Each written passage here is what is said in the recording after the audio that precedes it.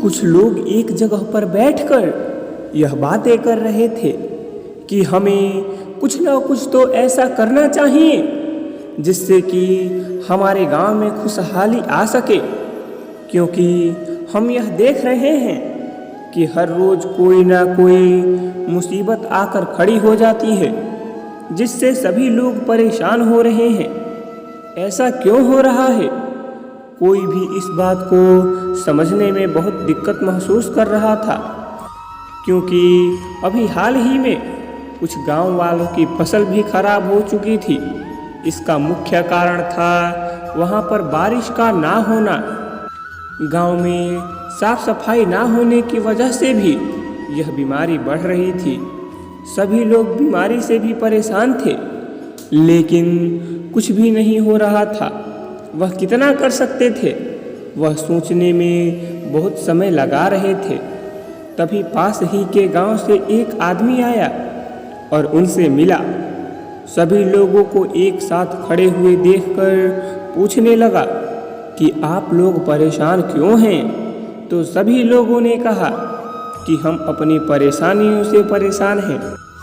वह बात ही समझ नहीं पा रहा था, क्योंकि कोई भी सही तरीके से बता नहीं रहा था। वह आदमी कहने लगा कि तुम मुझे सही तरीके से बताओ कि क्या बात है जिससे सभी लोग परेशान खड़े हैं। उन्होंने बताया कि पिछले साल भी बहुत ही कम फसल हो पाई थी, इसलिए इस बार बारिश ना होने की वजह से काफ़ी फसल खराब हो चुकी है और हमारे पास कोई अन्य साधन भी नहीं है जिससे कि हम अपनी पानी की समस्या को दूर कर सकें। और साथ ही साथ यहाँ पर साफ सफाई ना होने की वजह से बीमारियाँ भी बढ़ रही हैं।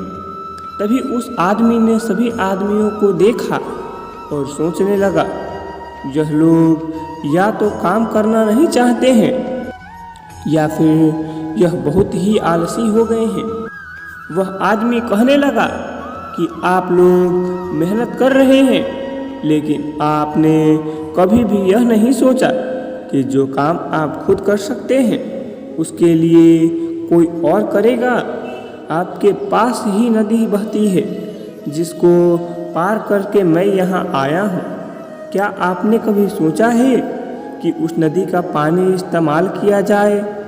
कहने लगे कि वह नदी काफ़ी दूर है, उसका पानी इस्तेमाल करने के लिए बहुत मेहनत करनी पड़ेगी और यह कितनी कामयाब हो पाएगी यह भी समझना बहुत मुश्किल है।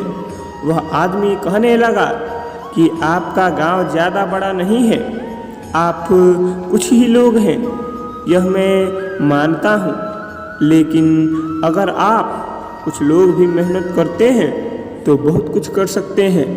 आप कह रहे हैं यहाँ पर साफ सफाई नहीं है। अगर आप साफ सफाई करना चाहते हैं तो आप खुद मेहनत कीजिए। अगर आप खुद मेहनत करेंगे तो यहाँ पर खुद ही सफाई हो जाएगी, जिससे बीमारियाँ नहीं।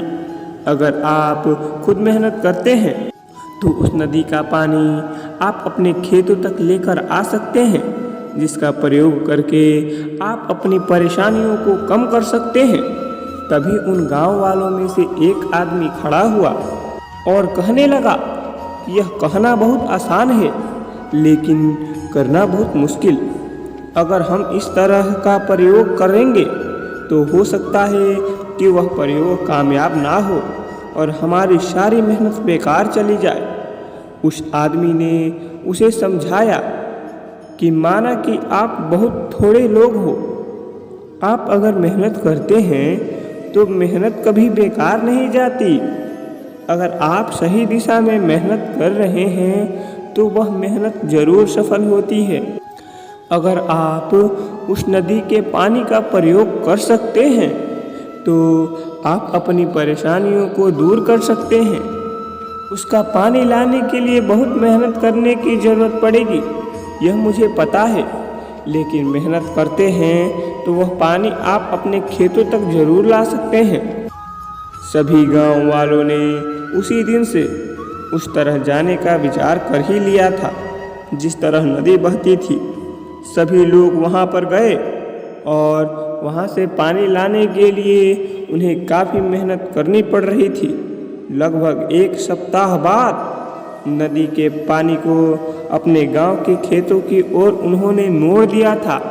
और जब सभी लोग यह कहने लगे कि हम लोग सिर्फ विचार ही करते रहते हैं, अगर विचार करने की जगह काम पर ज़्यादा ध्यान देते तो यह काम हमारा बहुत साल पहले ही हो गया होता। हमने बहुत बार सोचा था कि ऐसा करने से हमें सफलता मिलेगी, लेकिन उस सफलता को पाने के लिए हमने मेहनत नहीं की थी। अगर मेहनत कर लेते तो हम इन परेशानियों को पहले ही दूर कर सकते थे। हमें जितनी बड़ी परेशानी लग रही थी उतनी यह थी नहीं, हमने उसे बहुत बड़ा बना दिया था। अगर हम चाहते तो यह छोटी सी परेशानी को कभी भी दूर कर सकते थे। इसलिए इंसान को जीवन में कभी भी आलस नहीं करना चाहिए। अगर हम जीवन में आलस करते हैं तो कभी कभी जो सपना हम देखते हैं वह सच कभी नहीं हो सकता। इसलिए अपने सपनों को सच करने के लिए आपको आलस छोड़ना होगा, मेहनत करनी होगी। जब आप मेहनत कर पाएंगे तो उसकी सफलता जरूर प्राप्त होगी। एक आदमी ने उनके जीवन को बदल दिया। अगर वह ना आता तो वह सभी लोग सोचते रहते और सोचने से कभी काम नहीं होते। काम को ख़त्म करना है तो उन्हें सोचने के बजाय करना ज़रूरी होता है। तो आज के लिए बस इतना ही। आपको यह वीडियो कैसा लगा एक कमेंट ज़रूर करें, और वीडियो पसंद आए तो एक लाइक ज़रूर करें, और चैनल पर नए हैं तो चैनल को सब्सक्राइब करना न भूलें। धन्यवाद। जय श्री कृष्णा।